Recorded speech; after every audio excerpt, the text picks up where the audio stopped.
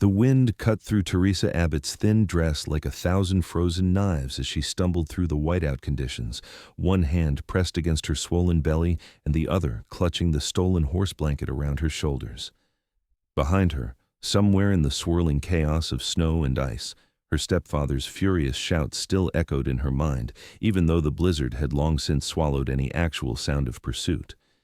She had run because staying meant a fate worse than freezing to death in the Colorado wilderness, and at 5 months pregnant with another man's child, she knew Richard Marsh would rather see her dead than bring shame to his carefully constructed reputation in Denver. The year was 1882, and Theresa was only 19 years old, but she felt ancient as she forced her legs to keep moving through drifts that sometimes reached her knees. The baby kicked inside her, a reminder that she was not alone, that she had someone depending on her survival. The father, a gambler named James who had promised her the world before disappearing with her mother's jewelry, was long gone. Her mother had died 2 years prior, leaving Theresa at the mercy of a stepfather who had shown his true colors the moment the funeral ended. When she had confessed her condition 3 days ago, Richard had locked her in her room, his face purple with rage. She had heard him through the door, planning with his business associates about sending her away to an asylum, claiming she had lost her mind with grief. The asylum was a death sentence for unwed mothers. Everyone knew that. So when the blizzard hit Denver and the household was in chaos trying to secure the windows and livestock, Theresa had broken her bedroom window, climbed down the trellis, and ran. She had taken a horse from the stable, but the animal had thrown her when thunder cracked overhead despite the snow. Now she was on foot, miles from anywhere, and the temperature was dropping as night approached. Her fingers were numb, her feet were worse, and she could no longer feel her ears. The baby kicked again, more insistent this time, and Theresa forced herself to keep moving. The landscape was completely white, the usual landmarks buried under the unseasonable late-spring blizzard that had caught everyone by surprise. Colorado was known for unpredictable weather, but this storm was vicious even by mountain standards. Theresa had been walking for hours, or maybe minutes. Time had lost meaning in the endless white void. When she saw the dark shape ahead, she thought it was a hallucination. But as she stumbled closer, she realized it was a cabin, small and sturdy, with smoke rising from a stone chimney. Hope surged through her frozen limbs, giving her the strength to push forward.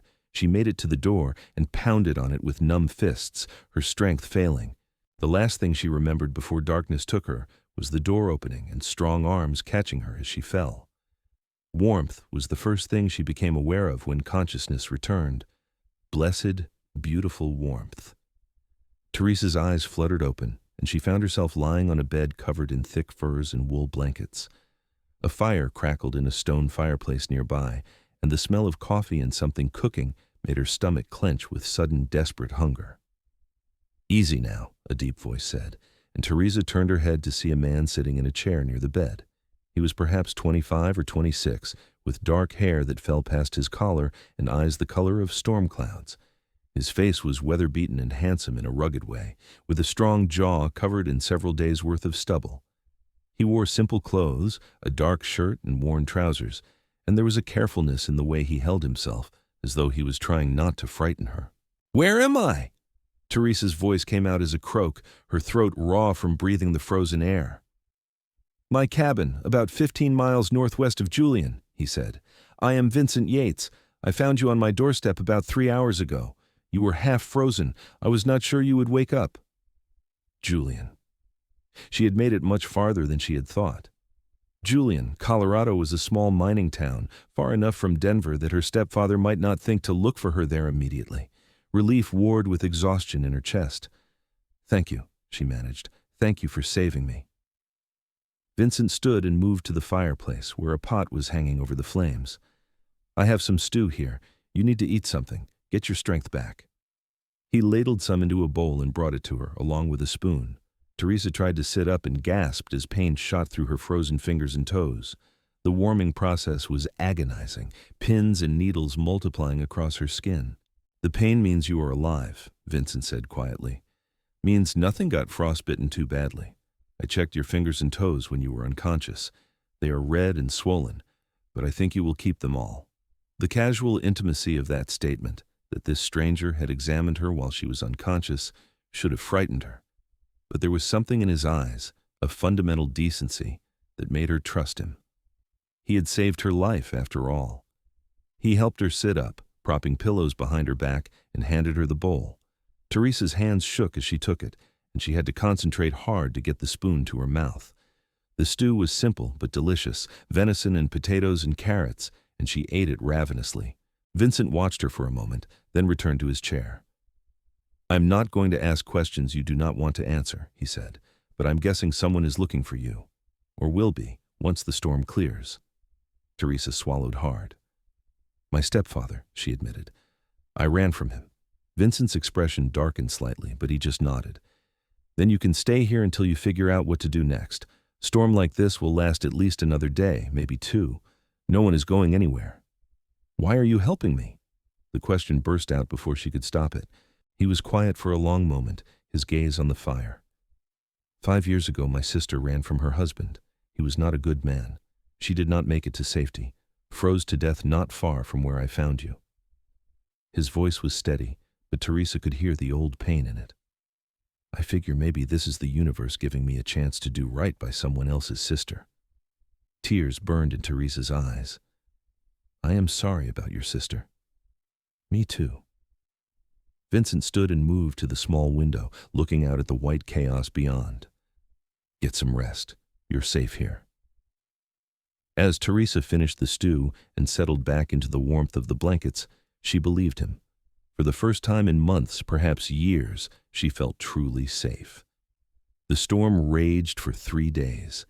During that time, Theresa learned that Vincent Yates was a cowboy who had worked on various ranches throughout Colorado and Wyoming before deciding to stake his own small claim near Julian.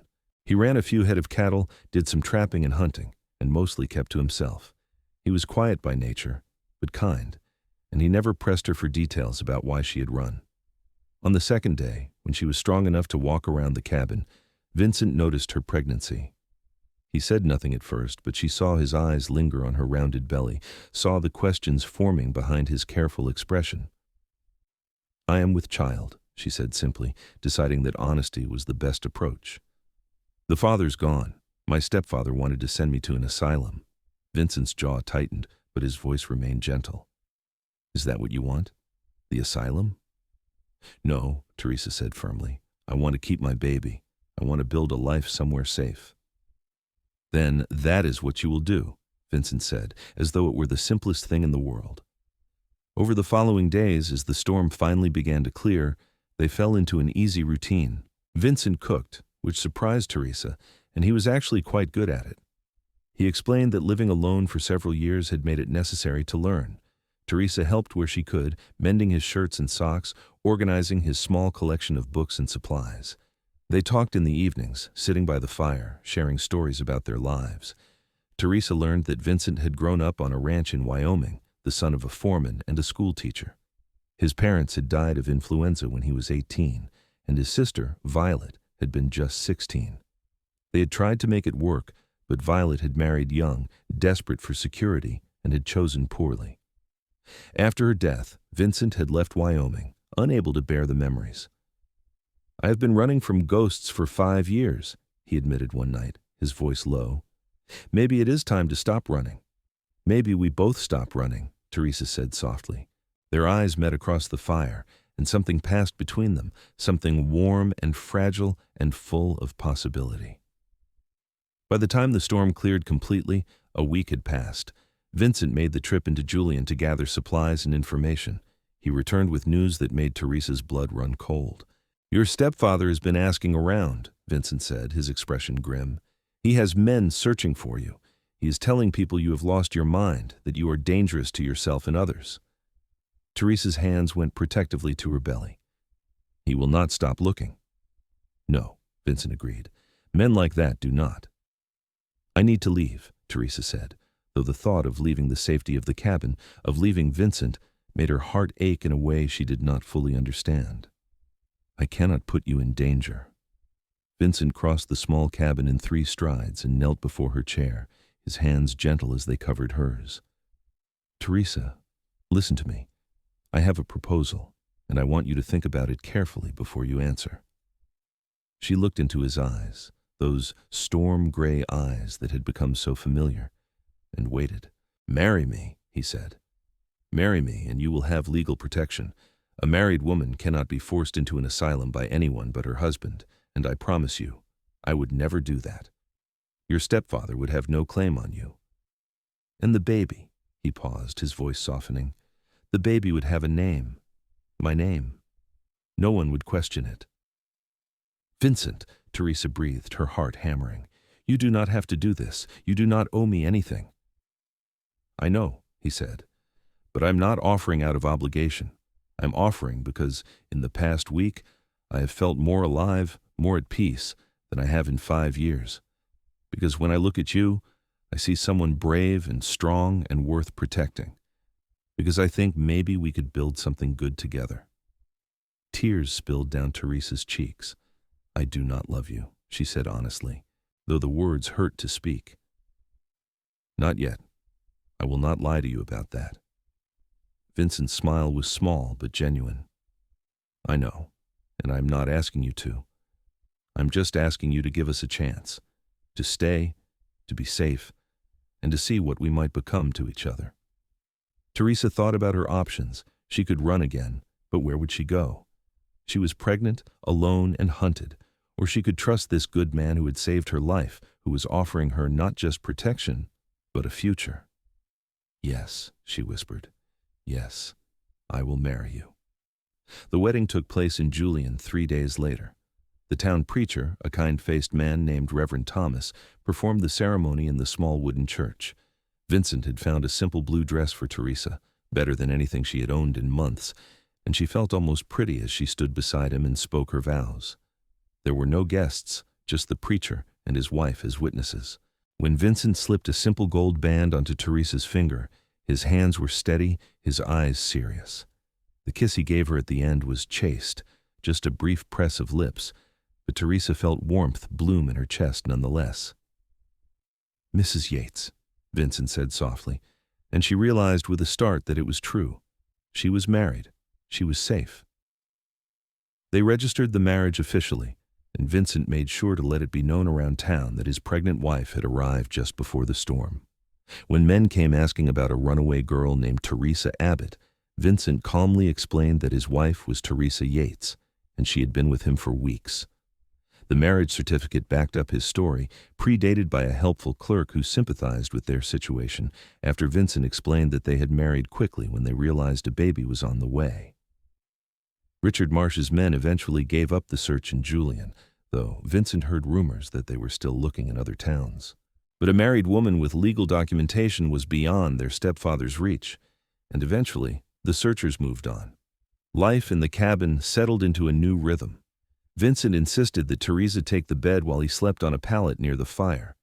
He was unfailingly respectful, giving her privacy when she needed it, never pushing for more than she was willing to give.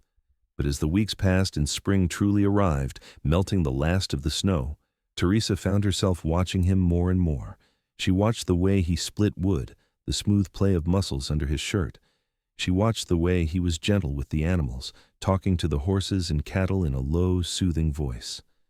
She watched the way he smiled, rare but genuine, when she said something that amused him. And she watched the way he looked at her belly, with wonder and protectiveness, as though the child she carried were already his. One evening, nearly 2 months after their marriage, Theresa was sitting outside the cabin watching the sunset paint the mountains in shades of gold and pink. Vincent came to sit beside her, and they were quiet for a while, comfortable in each other's presence. "I have been thinking," Theresa said finally, "about names." Vincent turned to look at her, surprise and pleasure mingling in his expression. "Yeah? If it is a boy, I would like to name him after your father." "What was his name?" Vincent's voice was rough when he answered. "Daniel. His name was Daniel." "Daniel Yates," Theresa said, testing it. "It is a strong name." "And if it is a girl?" Vincent asked. Theresa smiled. "My mother's name was Caroline. I always loved it." "Carolyn Yates," Vincent repeated. "That is beautiful." They sat in silence for another moment, and then Theresa reached out and took Vincent's hand. His fingers closed around hers, warm and solid. "I am glad I ended up at your door," she said softly. "I am glad it was you who found me." Vincent lifted her hand to his lips and kissed her knuckles gently. So am I. That night, Theresa asked Vincent to sleep beside her in the bed. Not for anything improper, she explained, but because she wanted his warmth, his presence.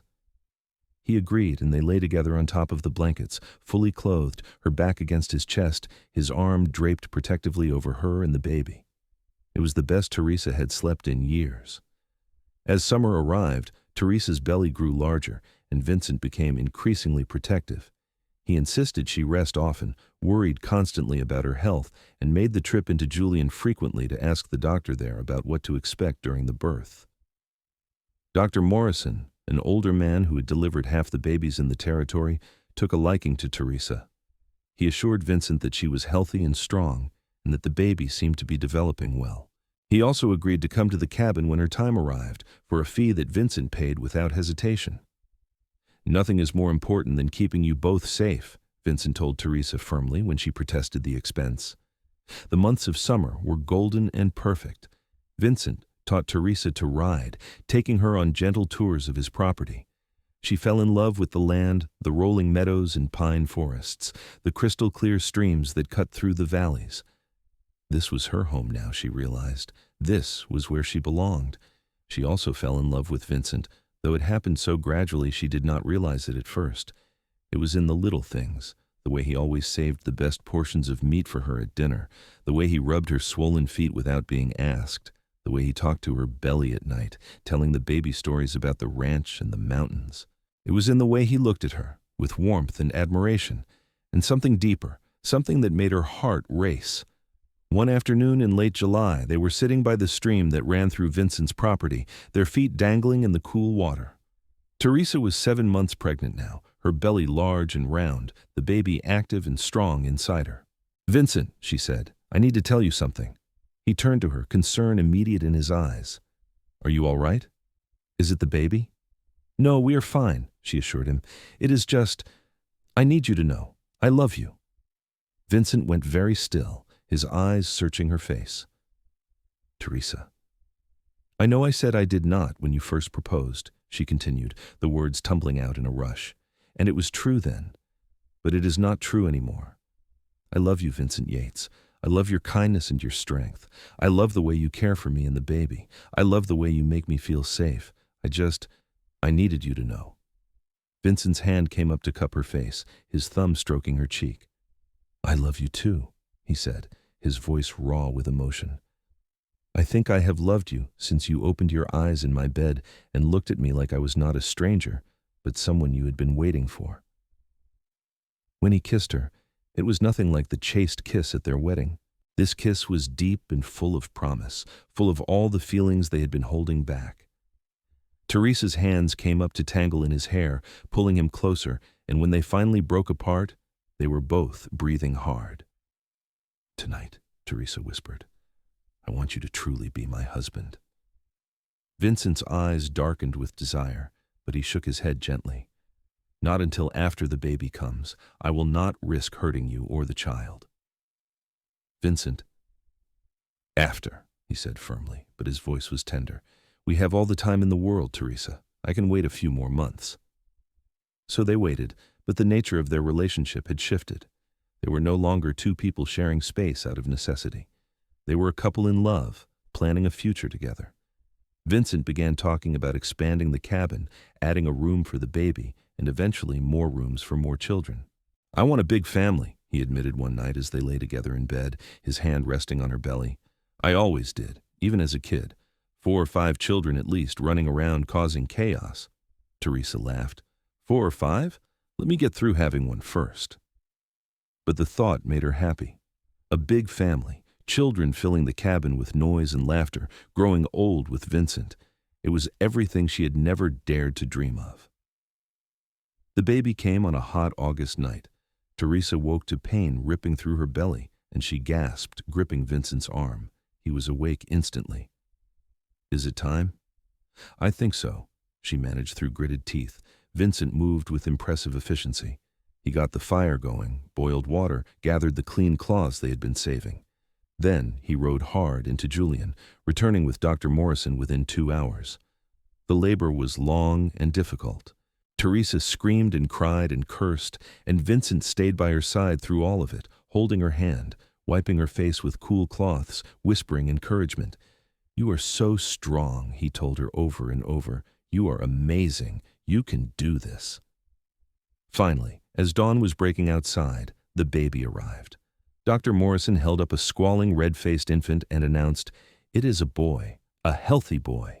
Theresa burst into tears of relief and joy as the doctor placed the baby on her chest.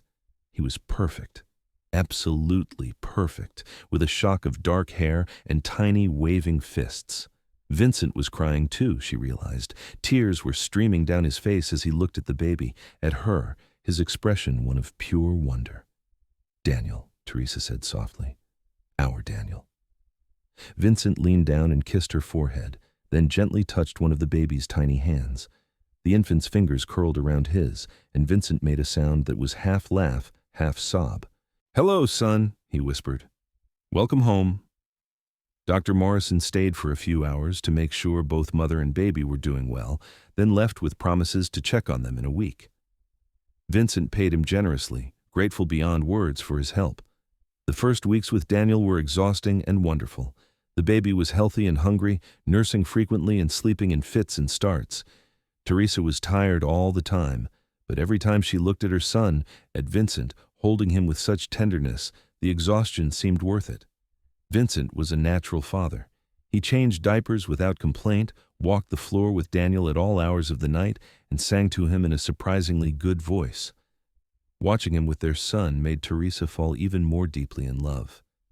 One evening, when Daniel was about 6 weeks old, the baby was finally sleeping soundly in the cradle Vincent had built. Theresa was sitting up in bed, feeling almost human again after weeks of recovery. Vincent came to sit beside her, and she reached for his hand. "I am ready," she said simply. Vincent understood immediately. His eyes searched hers. "Are you sure? Dr. Morrison said to wait at least 2 months. "It has been 6 weeks, and I feel fine," Theresa assured him. "I am sure." That night, they truly became husband and wife in every sense. Vincent was gentle and patient, taking his time, making sure Theresa felt nothing but pleasure. When they finally came together, it felt like the final piece of their marriage clicking into place. They were one now, in all ways. Afterward, lying in Vincent's arms while their son slept peacefully nearby, Theresa thought about how far she had come. Less than a year ago, she had been running through a blizzard, terrified and alone. Now she had a husband who loved her, a healthy son, and a home that was truly hers. "Thank you," she whispered into the darkness. Vincent's arms tightened around her. "For what?" "For saving me. For giving me this life. For loving me and Daniel." "You do not need to thank me," Vincent said, his voice rough with emotion. "You gave me just as much. You gave me a reason to stop running from my past. You gave me a family. You gave me a future." They fell asleep wrapped around each other, and when Daniel woke a few hours later, Vincent was the one who got up, changing the baby and bringing him to Theresa to nurse before settling them both back to sleep. The next few years passed in a blur of happiness. Daniel grew into a sturdy, curious toddler with his father's gray eyes and his mother's dark hair. He learned to walk and then to run, exploring every inch of the property with fearless enthusiasm. Vincent expanded the cabin as he had promised, adding 2 more bedrooms and a larger kitchen. When Daniel was 2, Theresa discovered she was pregnant again. This time there was no fear, only joy. She and Vincent told Daniel he was going to be a big brother, though at 2 he did not really understand. Their daughter, Caroline, was born on a snowy December morning, arriving quickly and easily compared to Daniel's dramatic entrance into the world. She had her mother's delicate features and her father's steady temperament, and Daniel was immediately fascinated by his baby sister. Gentle, Vincent reminded their son constantly as Daniel tried to touch Caroline's tiny hands and feet. She is very small. Life was busy with 2 young children.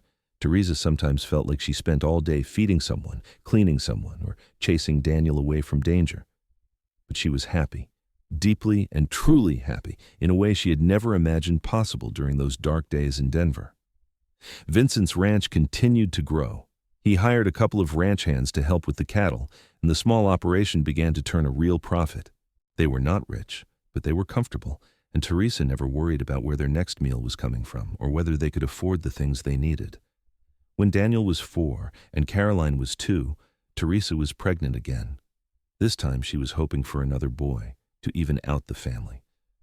Vincent did not care either way, he said. He would be happy with whatever they were blessed with. Though I would not object to reaching that goal of 5 children, he teased one night, his hand resting on her barely showing belly.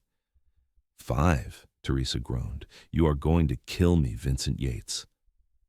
But she was smiling. She wanted a large family too, wanted the cabin filled with children and laughter and life. Their second son, Thomas, was born the following spring. He had his mother's green eyes and his father's dark hair, and from the moment he was born, he was loud. Thomas had opinions about everything and was not shy about expressing them. Daniel and Caroline were both a bit intimidated by their new brother's volume, but they adored him nonetheless. With 3 children under the age of 5, life was chaotic. Theresa sometimes felt like she was drowning in laundry and dishes and endless needs. But Vincent was there, always, helping with the children, taking over when she was exhausted, reminding her that they were a team. We made these little monsters together, he would joke. We will raise them together too. One evening, when Thomas was about 6 months old, and the 3 children were finally, miraculously, all asleep at the same time, Vincent pulled Theresa outside to watch the sunset. I have been thinking, he said, his arm around her waist as they stood on the porch, about your stepfather. Theresa tensed. She rarely thought about Richard Marsh anymore. He was part of a past that felt very far away. What about him? She asked carefully. I heard in town that he died last month, Vincent said quietly. Heart attack. I did not want to tell you in front of the children. Theresa was quiet for a long moment, processing this information. She had thought she would feel relief, or maybe satisfaction, at the news of Richard's death. But instead, she felt nothing. He had lost all power over her long ago. Thank you for telling me, she said finally. But he does not matter anymore. He has not mattered for years. Vincent kissed the top of her head. No, he does not. But I wanted you to know that you are completely free now, legally, officially free. I have been free since the day I married you, Theresa said, turning to look up at her husband. You set me free, Vincent. You and our children and this life we have built. Richard was just a ghost, and now even the ghost is gone. They stood together as the sun set over the mountains, painting the sky in brilliant shades of orange and purple. Inside, one of the children began to cry, probably Thomas, and they both sighed. No rest for parents, Vincent said with a grin.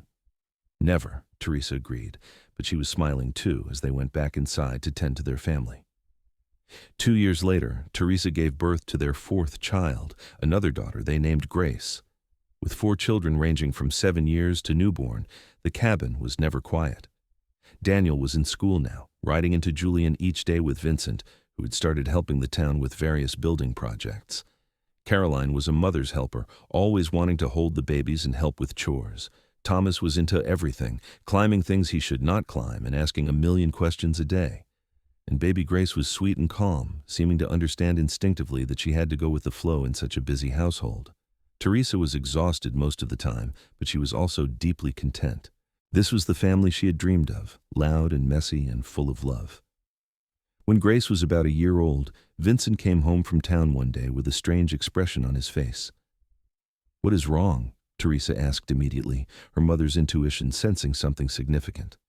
Nothing is wrong, Vincent assured her. But I ran into someone today, a woman who knew your mother. Teresa's heart skipped a beat. What? Who? Her name is Margaret Porter. She said she was friends with your mother before Carolyn married your stepfather. She's been living in California but came back to Colorado to visit family. She heard your stepfather had died and was asking around about what had happened to you. What did you tell her? Theresa asked, her mind racing. I told her you were alive and well and married with 4 children, Vincent said. She cried, Theresa. She was so relieved. She said she had always worried about you after your mother died, knowing the kind of man Richard Marsh was. Theresa felt tears prickling her own eyes. I do not remember a Margaret Porter. She said you probably would not. You were young when your mother knew her. But she wants to see you if you are willing. She is staying in Julian for another week. Theresa thought about it. Part of her wanted to leave the past buried, but another part was curious about this woman who had known her mother, who had cared enough to ask about her fate. "All right," she said, "I will meet her." They arranged for Margaret to come to the ranch for lunch the following Sunday. She was a pleasant woman in her 50s, with kind eyes and a warm smile. When she saw Theresa, healthy and happy with her children around her, she did cry. "You look so much like Caroline," Margaret said, taking Theresa's hands. "Your mother would be so proud of you." Over lunch, Margaret shared stories about Theresa's mother that she had never heard, about how Caroline had been vivacious and full of life before her first husband, Theresa's father, had died, about how she had changed after marrying Richard, becoming quieter, sadder.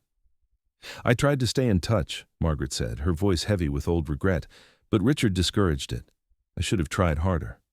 "You could not have changed anything," Theresa said gently. "Richard was who he was. My mother made her choices, and I made mine." Before Margaret left, she gave Theresa a package. "These are some letters your mother wrote to me years ago, before Richard cut off her friendships. I thought you might like to have them." That night, after the children were in bed, Theresa read the letters by firelight, Vincent sitting beside her. They were glimpses into her mother's life, her thoughts and dreams, her love for Theresa. By the time she finished reading, Theresa was crying. "She loved you so much," Vincent said softly, holding her. "That comes through in every word."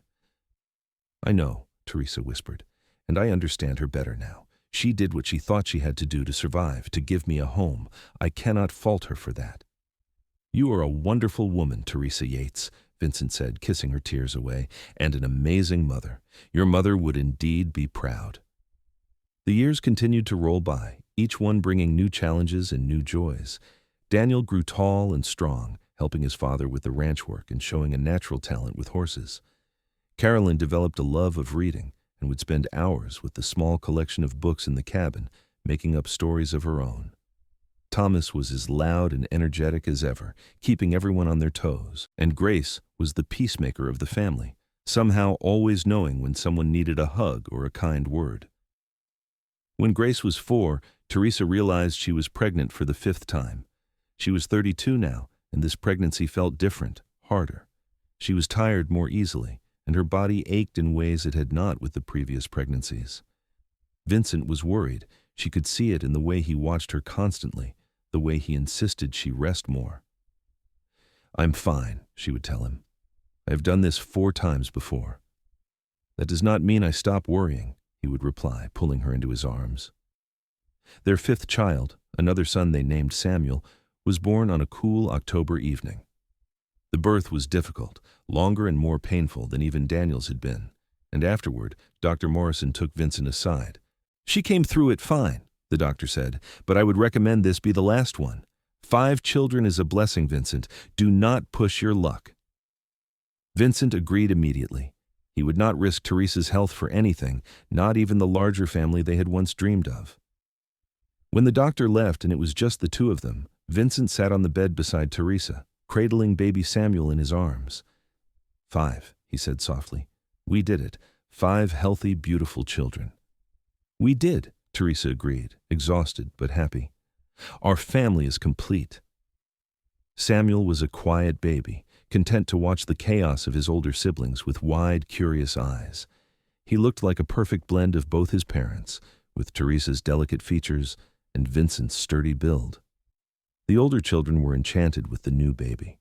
Even Thomas, who was usually too busy to sit still for long, would spend time making faces at Samuel, trying to make him smile. Life settled into a new normal, to a new... Daniel was 12 now, almost a young man, and he took his responsibilities on the ranch seriously. Caroline was 10 and had started helping teach the younger children their letters and numbers. Thomas, at 8, was old enough to help with the animals, though he still got distracted easily. Grace, at 6, was mothering Samuel constantly, and baby Samuel was just starting to sit up on his own, reaching for everything he could touch. One evening, when all the children were asleep and the cabin was finally quiet, Theresa and Vincent sat together on the porch, watching the stars. "Do you ever think about that night?" Theresa asked softly. "The night I showed up at your door?" "All the time," Vincent admitted. "I think about how close I came to losing you before I ever really found you. If the storm had been worse, if you had gone a different direction, if I had not been home." But I did find you, Theresa said, taking his hand. Maybe it was fate. Maybe it was luck. Maybe it was your sister watching over you from heaven. But I found you, and you saved me, and we built this beautiful life together. Vincent brought her hand to his lips, kissing it gently. I used to think I was cursed, that I was meant to lose everyone I loved. But you and the children, you are my redemption. You are proof that good things can happen, even to people who have seen darkness. We saved each other, Theresa said. I could not have survived without you. Vincent, you gave me more than shelter from the storm. You gave me love and safety and family. You gave me everything. They sat in comfortable silence for a while, the night air cool and crisp around them. Inside the cabin, they could hear one of the children stirring, probably Thomas having one of his vivid dreams, but neither of them moved just yet, content to have this moment of peace together. I love you, Vincent said, his voice low and intense. I love you more than I thought it was possible to love anyone. You are my whole world, Theresa. You and those 5 crazy children in there. I love you too, Theresa replied, her eyes shining with tears. Forever, Vincent. No matter what comes, I will always love you. As they finally stood to go inside and check on whichever child was stirring, Theresa thought about the journey that had brought her here. She had run through a blizzard, terrified and pregnant and alone. She had been found by a stranger who became her savior, her husband, her partner in every way. She had built a family and a home and a life that was richer than any dream. The years continued to pass, each one adding new layers to their story. Daniel, at 16, fell in love with a girl from town, the daughter of the general store owner. Vincent gave him advice on courting, and Theresa tried not to cry at how grown up her firstborn had become. Caroline, at 14, announced she wanted to become a teacher like her grandmother had been. Vincent and Theresa immediately began saving money to send her to the teaching college in Denver when she was old enough. Thomas, at 12, was still loud and energetic, but had developed a surprising talent for drawing. He filled pages with sketches of the ranch, the animals, his family. Grace, at 10, had become an accomplished cook, helping her mother with meals and often experimenting with new recipes. The family never knew quite what they were going to get, but her creations were usually delicious. And Samuel, at 4, was proving to be a natural storyteller, making up elaborate tales that kept his siblings entertained for hours. Vincent's ranch had grown substantially over the years. He now employed several full-time ranch hands and had one of the largest cattle operations in the region. The cabin had been expanded and renovated so many times, it was practically a different building with enough room for everyone and then some.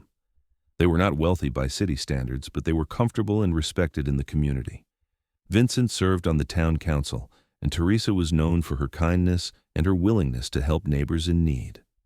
When Daniel was 18, he married his sweetheart Emily in a beautiful ceremony at the church in Julian. Theresa cried through the whole thing, and Vincent had to keep handing her fresh handkerchiefs.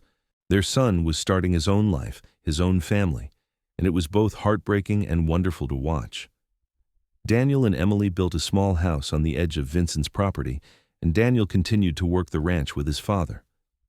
A year later, they announced they were expecting a child, and Theresa and Vincent prepared to become grandparents. The baby, a little girl they named Rose, arrived on a warm spring morning, and the moment Theresa held her first grandchild, she understood her own mother a little bit better. The love she felt for this tiny person was overwhelming, a continuation of the love she felt for her own children. "We are grandparents," Vincent said in wonder, holding Rose with the same tenderness he had shown all their children. "When did we get old enough to be grandparents?" "Speak for yourself," Theresa teased. "I am not old." But looking around at their family, at Daniel and Emily with baby Rose, at Caroline preparing to leave for college, at Thomas and Grace and Samuel growing up so fast, Theresa did feel the weight of years. Not in a bad way, but in a way that spoke of a life well lived, of experiences accumulated and memories made. That night, lying in bed beside Vincent, Theresa said, "Thank you." Vincent rolled over to face her, his hair gray now at the temples, lines around his eyes from years of squinting into the sun. But to Theresa, he was just as handsome as the day she had met him. "For what?" he asked, echoing the same question he had asked years ago. "For everything," Theresa said simply. "For finding me in the storm, for marrying me, for loving me and our children, for building this life with me, for every moment of every day for the past 20 years. Vincent pulled her close, and she could feel his smile against her hair. 20 years, he marveled. It has gone by so fast. And we have so many more ahead of us, Theresa said, watching our children grow, meeting more grandchildren, growing old together. I cannot wait, Vincent said softly. More years passed, bringing more changes. Caroline became a teacher, returning to Julian to work at the town school. She eventually married a fellow teacher, a kind man named Robert, and they had 3 children of their own. Thomas moved to Denver to pursue his art, making a name for himself with his Western landscapes and portraits. He sent money home regularly and visited as often as he could. Grace married a local rancher's son and had 4 children in quick succession, keeping Theresa busy with babysitting duties. Samuel, showing his father's talent for ranching and his mother's head for business, took over more and more of the daily operations as Vincent began to slow down. Daniel and Emily had 3 more children, giving Vincent and Theresa 4 grandchildren from their oldest son alone. By the time Vincent was 60 and Theresa was 57, they had 12 grandchildren, with more on the way. The cabin, even with all its expansions, could barely hold everyone when the whole family gathered for Christmas or Thanksgiving. We did well, Vincent would often say, looking around at the chaos of children and grandchildren, the noise and laughter and life. We did, Theresa would agree, her hand finding his the way it always did. One winter evening, when they were both in their 60s and the grandchildren were visiting, the youngest ones begged for a story. "Tell us how you met Grandma," Rose, now a teenager, requested. "You always tell the best stories, Grandpa." Vincent looked at Theresa, and she nodded. They had told parts of the story before, but never all of it, never the whole truth. So Vincent told them. He told them about the blizzard, about a young woman running for her life, about finding her on his doorstep more dead than alive. He told them about the marriage that started as protection and became the greatest love of his life. He told them about Daniel's birth and all the children who came after, about building a family and a life from nothing. The older grandchildren were quiet, absorbing the weight of the story. The younger ones just wanted to hear about the blizzard and the dramatic rescue. "So Grandma was running away from a bad man, and you saved her?" one of the youngest asked. "I guess I did," Vincent said, pulling Theresa close. "But she saved me right back. She gave me a reason to live again, a reason to hope." "That's so romantic," Rose sighed. "It is real," Theresa corrected gently. "Romance is nice in stories, but real love is about choosing each other every day, even when it is hard. It is about building a life together, raising children together, weathering storms together." "Like the blizzard Grandma ran through?" one of the children asked. "Like that," Vincent agreed. "And like all the other storms that came after, we weathered them all together, and we are still here, still choosing each other." As the evening wore on and the grandchildren were put to bed, and their own children finally headed to their own homes, Vincent and Theresa found themselves alone again. "Do you think they understand?" Theresa asked. "How lucky we are. How easily it all could have been different." "Maybe not yet," Vincent said, "but they will when they are older, when they have their own families and look back on their lives." They sat together in the quiet cabin, the fire burning low, hands clasped together. "I would do it all again," Theresa said softly. "Every hard moment, every struggle, every fear. I would do it all again for this." "Me too," Vincent said, 1,000 times over. As they prepared for bed, moving with the ease of people who had shared this space for decades, Theresa thought about that young woman who had run through a blizzard so many years ago. She barely recognized that frightened girl now. Life with Vincent had transformed her, had given her strength and confidence and purpose. And Vincent, the quiet cowboy who had been running from his own ghosts, had found peace and joy in the family they had built together. They were old now, their children grown, their grandchildren growing. Their hair was gray, and their bodies were not as strong as they once were. But their love had only deepened with time, becoming something solid and unshakable, the foundation upon which everything else was built.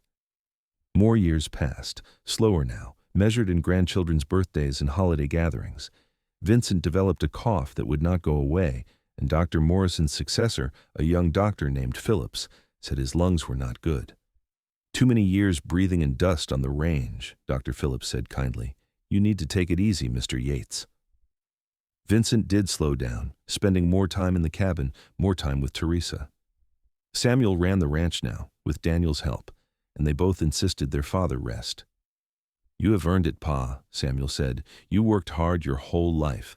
Let us take care of things now. So Vincent and Theresa spent their days together, quiet and peaceful.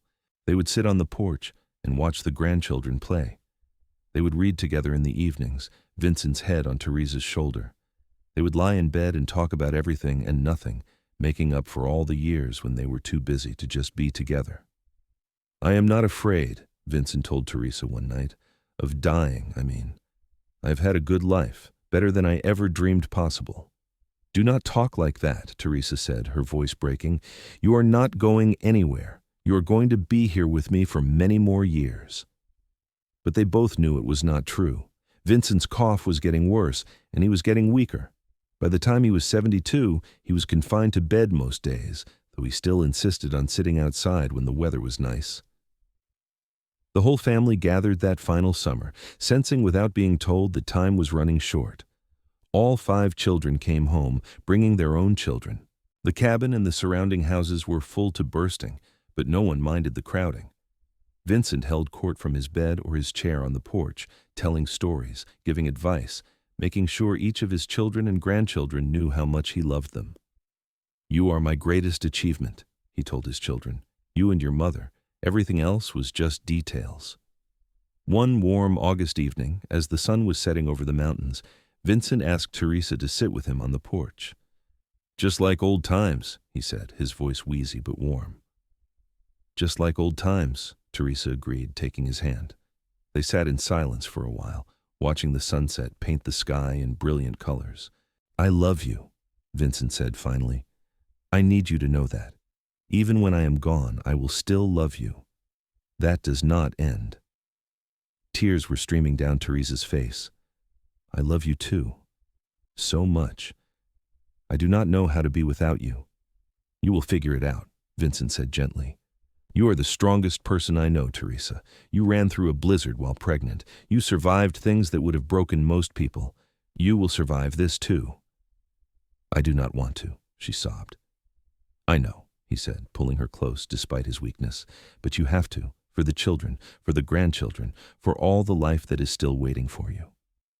That night, surrounded by his family, Vincent Yates passed peacefully in his sleep. Theresa was holding his hand, and she did not let go for hours afterward, not until Daniel gently pried her fingers loose. The funeral was the largest Julian had ever seen. Vincent had been a respected member of the community for nearly 5 decades, and it seemed like the entire town turned out to pay their respects. Theresa sat through it all in a daze, her children beside her, her grandchildren around her. People said kind words, told stories about Vincent's generosity and integrity, expressed their condolences. But none of it seemed real. How could Vincent be gone? He had been her constant for so long, the other half of her soul. The first months without him were the hardest. Theresa found herself talking to him anyway, out of habit, telling him about her day before remembering he was not there. She would wake in the night reaching for him, her heart breaking anew when she found his side of the bed empty. But slowly, painfully, she learned to live with the grief. Her children and grandchildren helped, insisting she stay involved in their lives, refusing to let her withdraw into sorrow. Samuel and his wife moved into the main cabin with her, giving her company and purpose. And Theresa found that Vincent had been right. She was strong enough to survive this. She had survived so much already. This was just one more storm to weather. She lived for another 15 years after Vincent's death, long enough to see more grandchildren born, long enough to become a great-grandmother 3 times over. She remained sharp and active until the very end, still telling stories about the old days, still reminding her descendants about the importance of family and love and choosing each other. When Theresa Yates died peacefully in her sleep at the age of 82, she was surrounded by family.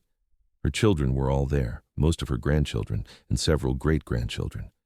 And as she took her last breath, those who were closest swore they saw her smile, as though she was seeing someone she had missed for a very long time.